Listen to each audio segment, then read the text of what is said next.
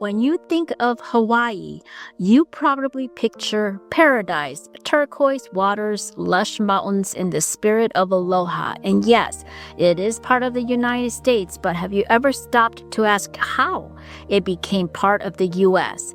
If you're intrigued, just like I was, stay tuned. Today, we're diving into a powerful story of royalty, resistance, and how an independent kingdom lost its sovereignty. If you're new to this channel, welcome. I'm a history enthusiast who loves uncovering stories I come across during my travels.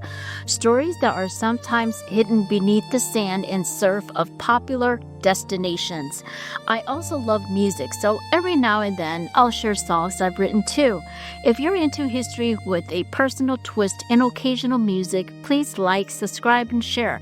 It helps me stay motivated to keep creating more content just for you. Now, let's rewind time and talk about the story of Hawaii, how it went from a proud sovereign kingdom to the 50th state of the U.S. In 2023, I visited the island of Oahu with my sisters, cousin, and her mom. I'll be honest, I went there expecting a vacation, beautiful beaches, great food, and rest. I wasn't expecting to come back haunted by history. But once I walked through the Iolani Palace in downtown Honolulu, everything changed. This wasn't just a tourist site. It was once home to King Kalakaua and later his sister Queen Liliuokalani, the last reigning monarch of Hawaii. Let's go back to the beginning. Hawaii was once a group of independent islands, each ruled by its own chief. That changed in 1810 when King Kamehameha the Great united the islands into a single sovereign kingdom. Under the reign of King Kalakaua, Hawaii embraced constitutional reform, expanded its international diplomacy, and experienced a cultural and political renaissance. The kingdom was thriving and earning global respect. But history has shown time and again, when a nation becomes strong and gains recognition, it often draws the attention and ambition of others seeking to control it for their own gain. And Hawaii was no exception. The political power and independence of its throne began to erode steadily after the death of King Kamehameha I in 1819. His son, Kamehameha II, also known as Liholiho, inherited the crown, but within months, under the guidance of Queen Ka'ahumanu and other influential chiefs, he abolished the centuries-old kapu system, the religious and social framework that had long shaped Hawaiian life. Kapu means forbidden, sacred, or taboo. The kapu system functioned as both a legal code and a spiritual belief system, designed to maintain order, honor the gods, and preserve balance between people, nature, and the divine. This decisive act brought a sweeping cultural transformation, dismantling much of the monarchy's traditional authority and weakening the influence of the alii, chiefly class. Into that void, foreign influence quickly stepped. By the 1820s, Hawaii was no longer just an isolated kingdom in the middle of the Pacific. It had become a crossroads of global trade. Foreign naval ships began appearing regularly in Honolulu Harbor, with the United States and Britain leading the way, and later joined by France. This presence was not accidental. At the same time, a growing community of foreign residents, missionaries, and businessmen, especially Americans and Britons, has settled in Hawaii. They came seeking opportunity, driven by the island's unique position in the Pacific. Hawaii's location made it an ideal resupply station for whaling ships, merchant vessels, and eventually the great steamships that connected continents. This strategic importance did not go unnoticed. Both the U.S. and Britain recognized early on that control or even heavy influence over Hawaii could bring enormous advantage in the Pacific. Their warships, anchored in Honolulu Harbor, served not only as protection for their citizens and trade, but also as a constant reminder to Hawaiian kings and chiefs of foreign power. Through this naval presence, these outside nations found ways to exert influence, pressing the Hawaiian monarchy to bend to their economic and political interests. Hawaii allowed foreign warships to anchor because it was seen as a diplomatic necessity, a way to keep trade flowing, and a strategy to maintain international recognition and peace. The alternative, outright refusal, risked economic loss and potential conflict with far stronger nations. Throughout his reign, Kamehameha II ruled alongside Queen Ka'ahumanu, whose influence helped guide the kingdom through this rapid transformation. But Liholiho also sought recognition beyond the Pacific. In late 1823, he and his favorite wife, Queen Kamamalu, embarked on a historic voyage to England to meet King George IV and strengthen Hawaii's standing among the world's nations. Having multiple wives, which was common among Hawaiian ali'i royalty of the time, because marriage alliances were often used to strengthen chiefly ties and preserve noble bloodlines. The journey, however, ended in tragedy. Shortly after arriving in London in 1824, both the king and queen contracted measles, a disease to which native Hawaiians had no immunity. Queen Kamamalu died first, followed by Kamehameha II just days later at only 27 years old. Their bodies were returned to Hawaii aboard the British warship HMS Blonde under the command of Lord Byron. Kamehameha II's reign was brief but pivotal. In just 5 years, he had dismantled the old religion, opened Hawaii to new ideologies, and set the kingdom on a course toward an era defined by both cultural exchange and foreign influence, a path that would forever change the Hawaiian nation. When the bodies of Kamehameha II and Queen Kamamalu returned from England aboard HMS Blonde, the crown passed to the late king's younger brother, Kauakeoli, who would reign as Kamehameha III. He was about 11 years old. Governance fell to powerful Kuhinanui co-regents at first, especially Ka'ahumanu, then Kinga'u, while the young king grew into his role. The islands were changing fast. With the kapu system gone and missionaries established, Hawaii needed new foundations. Under Kamehameha III, the kingdom began to formalize itself as a modern state. In 1839, the Declaration of Rights was established. Often called the Hawaiian Magna Carta, it affirmed basic civil rights and the king's duty to govern by law rather than absolute will. Then in 1840, the Constitution. Hawaii adopted its first written constitution, creating a constitutional monarchy with a legislature, courts, and a clearer separation of powers. Schools expanded, literacy rose, and new laws codified a Western-style legal system, while the ali'i tried to safeguard Hawaiian interests. In 1843, Hawaii became one of the first non-European nations to be formally recognized as an independent sovereign nation by two global powers, Britain and France. This was a monumental milestone, not just for Hawaii, but in the eyes of the international community. That recognition came on November 28, 1843, following a tense episode earlier that year known as the Paulet Affair. A British naval officer acting without proper authority has seized control of the Hawaiian government.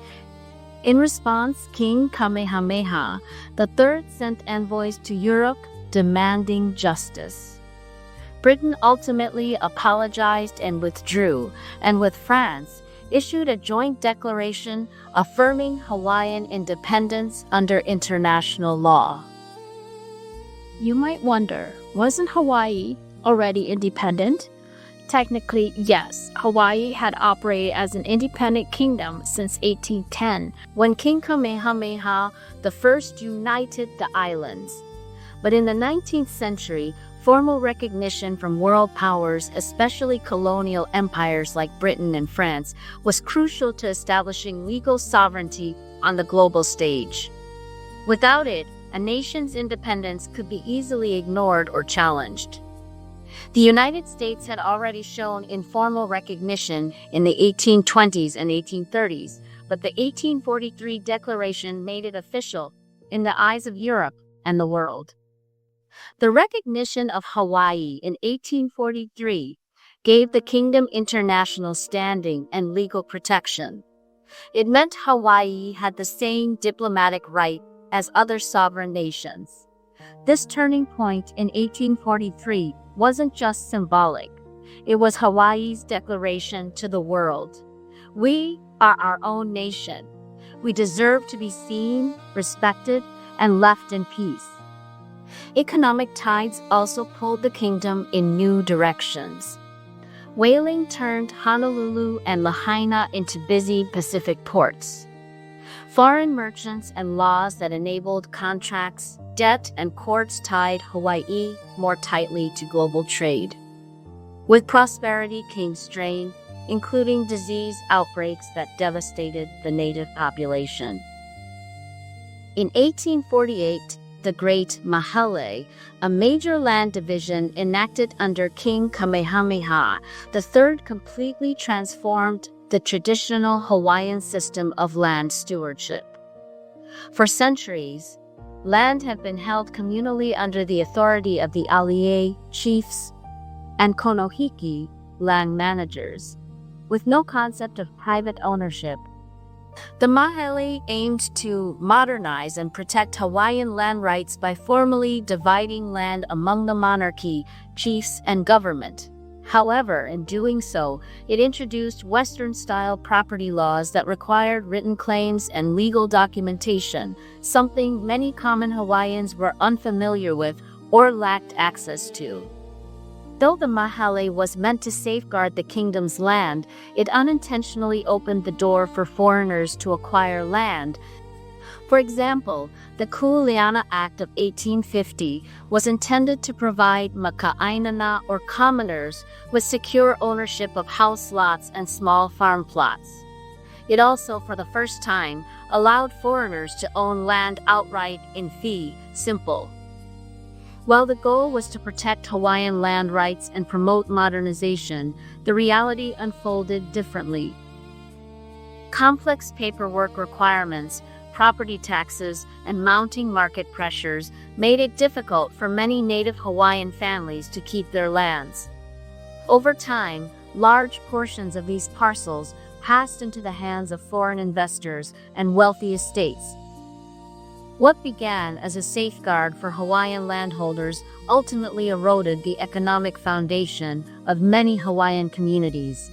Although the Kuleana Act ultimately harmed many native Hawaiians by weakening their economic base, by the early 1850s, Hawaii stood as a recognized sovereign state, bound by treaties with other nations, governed by a functioning constitution, and supported by courts, ministries, and a growing capital in Honolulu.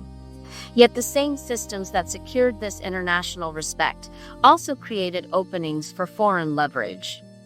In 1854, after the longest reign of any Hawaiian monarch, Kamehameha III died, leaving behind a kingdom more legally organized and diplomatically established than ever before, but also more vulnerable to the ambitions of powerful outsiders. His nephew, Alexander Liholiho, became Kamehameha IV, inheriting not only the institutions his uncle had built, but also the vulnerabilities they carried. When Alexander Liholiho became Kamehameha IV in 1855, he was just 20 years old, educated in both Hawaiian traditions and Western customs. His upbringing had been shaped by the missionary-influenced royal school and extended travels abroad with his brother, Lot, the future Kamehameha V. These experiences gave him a keen understanding of both Hawaiian values and the political realities of dealing with powerful foreign nations. From the start, Kamehameha IV's reign was defined by a balancing act, protecting Hawaiian sovereignty while navigating the growing influence of foreign business interests, particularly those of the United States. Alarmed by U.S. ambitions in the Pacific, he resisted annexation efforts and instead worked to strengthen Hawaii's ties with Great Britain and other nations, hoping to create a diplomatic buffer against American dominance. At home, he was deeply concerned with the health and well-being of his people, who were suffering devastating population declines due to introduced diseases. Alongside his wife, Queen Emma, he championed healthcare and education, founding the Queen's Hospital in 1859, now the Queen's Medical Center, which remains a leading medical institution in Hawaii to this day. Their work reflected not only compassion, but also a clear vision that a healthy population was essential to the survival of the Hawaiian nation. Culturally, Kamehameha IV was a patron of the Anglican Church in Hawaii, inviting the Church of England to establish a presence in the islands.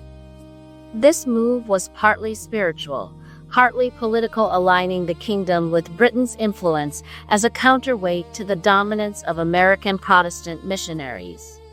Despite his efforts, foreign economic interests continued to expand, particularly in sugar cultivation, which tied Hawaii's economy ever more closely to the United States.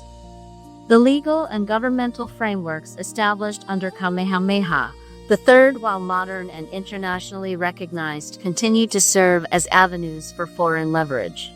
Kamehameha IV's reign was cut short when he died unexpectedly in 1863 at the age of 29.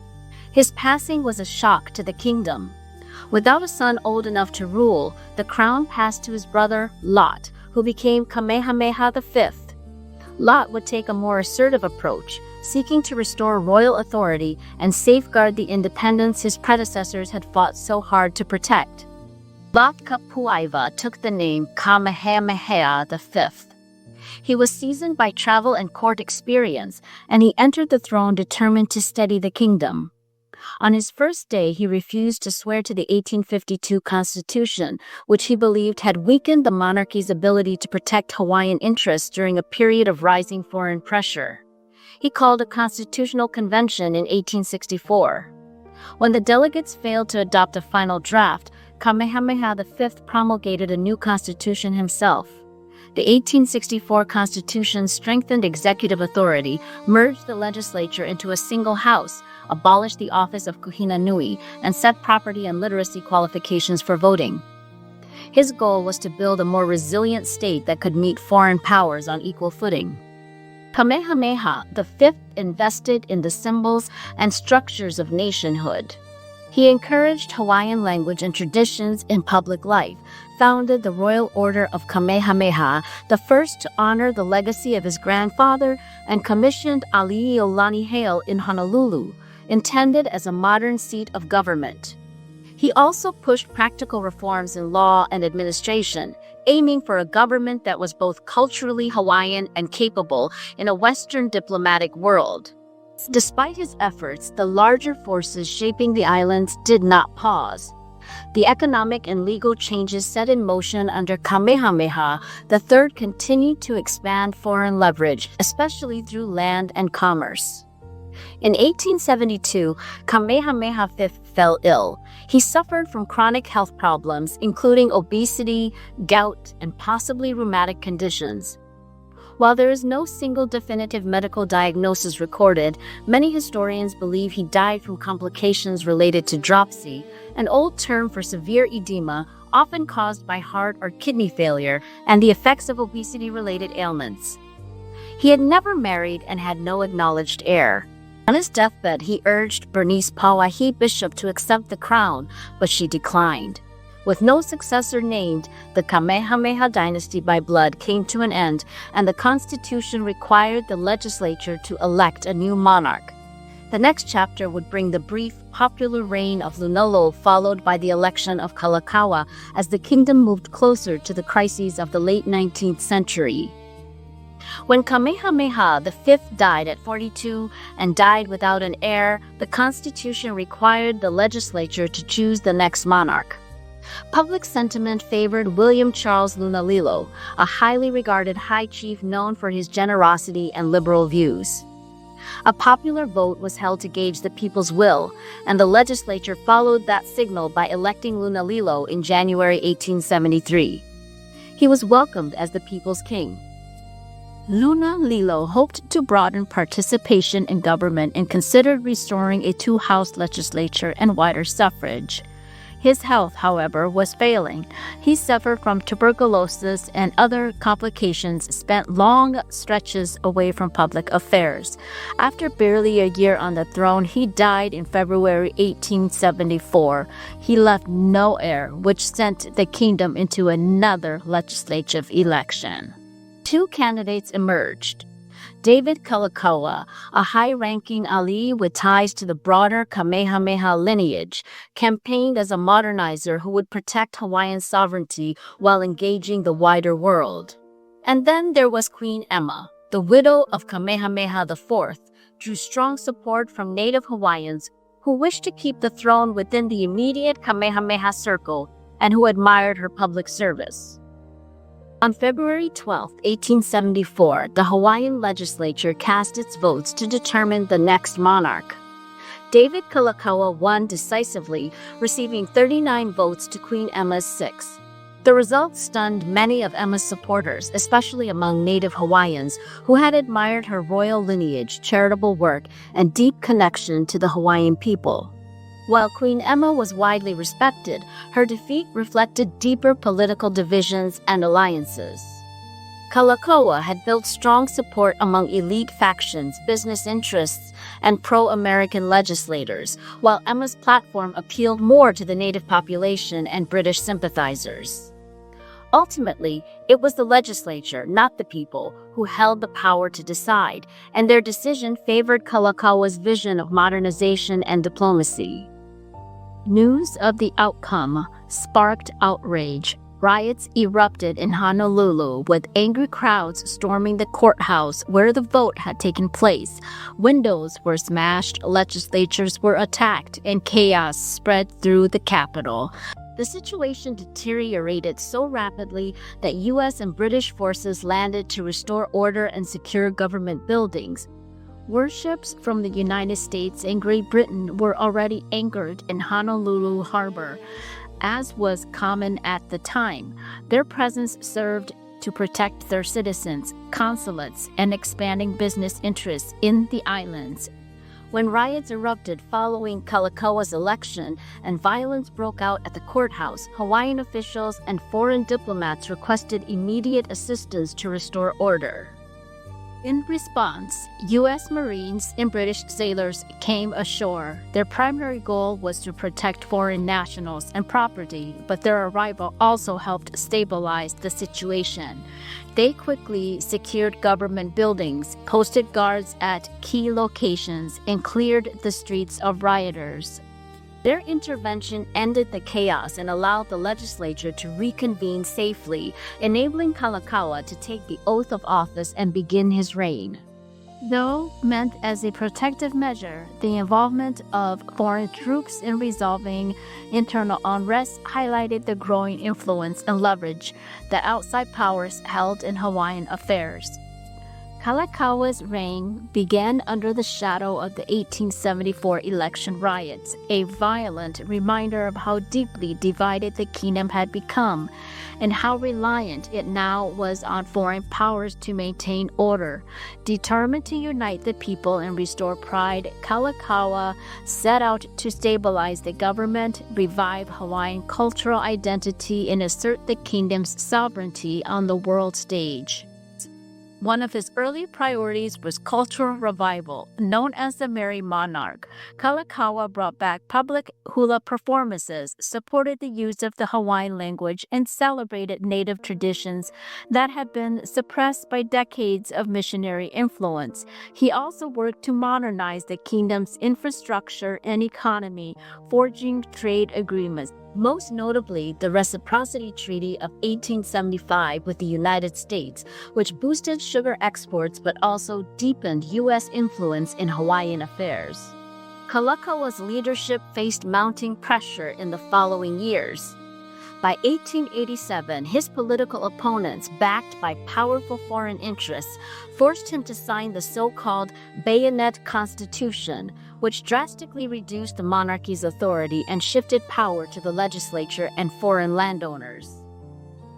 And when I say he was forced, I mean he was surrounded by armed men and pressured at gunpoint to sign. He was surrounded by an armed militia of the Hawaiian League, a group made up largely of powerful white businessmen and politicians determined to limit the monarchy's power. With no real ability to resist, the king signed away much of his authority. The new constitution severely restricted royal control. Kalakaua could no longer act without cabinet approval, and he lost the ability to dismiss cabinet members. Only the legislature could do so by a vote of no confidence. His power to appoint members to the House of Nobles was also stripped, weakening the monarchy's influence in government. In addition, voting rights were narrowed. New property and income requirements were imposed. Voters for the House of Nobles needed to own at least $3,000 in property to earn $600 per year, effectively excluding most native Hawaiians and working-class citizens.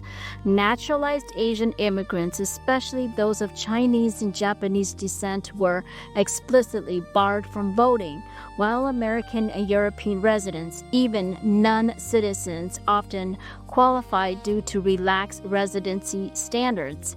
In short, the Bayonet Constitution turned the Hawaiian monarchy into a figurehead, transferring political power to wealthy, mostly foreign elites.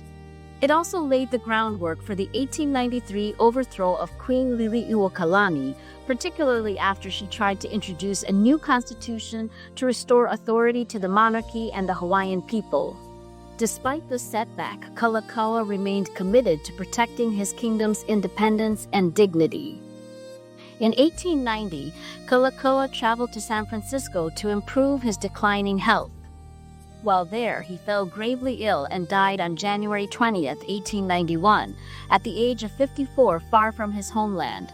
His body was returned to Honolulu aboard the USS Charleston, draped in black, as thousands mourned the loss of their king. Upon his death in January 1891, the throne passed to his sister and chosen heir, Liliuokalani, a gifted composer, educator, and steadfast protector of her people. Her ascension marked the beginning of a reign defined by resistance, dignity, and heartbreak. As queen, Liliuokalani inherited not only a crown but a kingdom deeply divided, with real power already shifted into the hands of foreign elites under the Bayonet Constitution of 1887. That constitution had weakened the monarchy and disenfranchised many Native Hawaiians, but Liliuokalani did not intend to be a mere figurehead. Within her first year as monarch, she set out to draft a new constitution that would restore the power of the throne and return voting rights to Native Hawaiians and other loyal subjects of the kingdom. Her efforts, however, met fierce opposition. The same group of businessmen, sugar planters, and pro-annexationists who had forced her brother's hand now saw her as a threat. Backed by the U.S. minister to Hawaiʻi, and with the quiet support of American military forces stationed nearby, they moved to overthrow the queen in January 1893. When Liliuokalani took the throne following the death of her brother, King Kalakaua, she became the first and only reigning queen of the Hawaiian kingdom. Her reign, though lasting just under 2 years, was marked by growing tension and foreign intrusion. Despite being surrounded by political unrest and the tightening grip of outside influence, Liliuokalani stood firm. She had seen firsthand the toll that foreign powers had taken on her kingdom.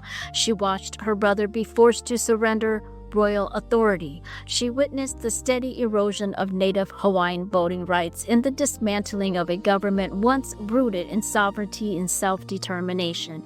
And yet, she held on to hope. She believed the monarchy still had the power to serve and protect her people. She believed Hawaiians deserved better, deserved a future not dictated by foreign interests, but shaped by their own voices, values, and heritage. The throne, in her eyes, was not about control. It was about preserving identity, restoring justice, and defending a nation that still had heart, even as its power was slipping away. We're almost at the end, so stay with me. Guided by a deep sense of duty and hope for her people, Queen Liliuokalani made a courageous move. In early 1893, she drafted a new constitution, one that aimed to restore royal authority, return voting rights to Native Hawaiians, and undo the damage caused by the Bayonet Constitution of 1887. Her goal wasn't control or retaliation, it was restoration. She sought to rebalance power in a system that had become dominated by foreign businessmen and wealthy elites. For many Hawaiians, her draft represented more than policy. It was a long overdue promise of fairness, dignity, and self-governance. But for those who had prospered under the existing system, it was a threat. A group of American and European businessmen, calling themselves the Committee of Safety, acted quickly. With the backing of U.S. Minister John L. Stevens and the pressure of U.S. Marine from the USS Boston, they launched a coup against the Queen's government. Outnumbered and surrounded, Liliuokalani was urged to surrender the palace without resistance. So, on January 17, 1893, the Hawaiian monarchy was overthrown. Though Queen Liliuokalani was stripped of power, she was not immediately imprisoned. Instead, she surrendered under protest, hoping to prevent bloodshed and trusting that the United States would honor its past recognition of Hawaiian independence. After all, in 1843, both Britain and France had formally acknowledged Hawaii as a sovereign nation, and the United States had followed suit not long after. Following the coup, the Queen was allowed to return to her private residence at Washington Place in Honolulu, where she waited for the American government to intervene and restore her to the throne. But that help never came. Despite her diplomatic appeals and the clear violation of Hawaiian sovereignty, the U.S. government hesitated. A formal investigation by President Grover Cleveland concluded that the overthrow was illegal and urged the restoration of the Queen, but Congress refused to act. Meanwhile, the new provisional government, dominated by American business interests, solidified its hold on power. 2 years later, in 1895, a group of Native Hawaiian royalists attempted a rebellion to restore the monarchy. When weapons were found near Washington Place, Queen Liliuokalani was arrested, though she denied any involvement. She was tried for treason by a military tribunal and imprisoned in an upstairs room of Iolani Palace for nearly 8 months. During her confinement, she composed music, including the deeply emotional song Ke Aloha o Kahaku, which means the Queen's Prayer. Under pressure and in an effort to protect her supporters from execution, she formally abdicated the throne. Still, the fight for Hawaii was not over. In the years that followed, tens of thousands of Native Hawaiians signed the Kue petitions in opposition to annexation. But despite their efforts, the United States annexed Hawaii in 1898 through the New Lands Resolution, pushed through during the Spanish-American War when the U.S. wanted control of Pearl Harbor for military advantage. Hawaii became a U.S. territory in 1900, and despite decades of Native resistance and cultural preservation, it was eventually admitted as the 50th state on August 21, 1959. What began as a kingdom recognized by the world was ultimately absorbed, not by conquest, but through political maneuvering, military pressure, and economic interest. And Queen Liliuokalani, Hawaii's last monarch, spent the rest of her life advocating for her people, their history, and their right to sovereignty. Can you see now why I felt such deep sadness when I first learned the true story of Hawaii? History has shown us time and again that while there is wisdom in welcoming outsiders and seeking peace through diplomacy, there is also risk. The spirit of aloha, open, generous, and kind, was never meant to be exploited, but in Hawaii's case, that openness became a doorway for foreign powers to slowly and systematically take control. At first, it may have seemed like cooperation, missionaries bringing religion, merchants bringing trade, and diplomats bringing treaties, but over time, it became clear that this was not just cultural exchange, it was a quiet conquest, one that stripped the Hawaiian people of their sovereignty, their lands, and the right to rule themselves in their own homeland. How do you stop such a takeover when it comes not with armies, but with contracts, not with declared war, but with legal maneuvering and political pressure? How do you protect your culture, your laws, and your people when others come not as invaders, but as neighbors, then slowly rewrite the rules to serve their own interests? That is the tragedy of Hawaii's story. A nation once recognized around the world was slowly dismantled, not because it failed, but because others saw what it had and wanted it. And that, more than anything, is why this history matters, not just for Hawaiians, but to all of us. I hope you enjoyed learning about the history of Hawaii as much as I did. It's a story that deserves to be remembered, honored, and shared. If you found this meaningful, please like, subscribe, and share to help others discover these stories too. Mahalo for watching, and until next time, take care.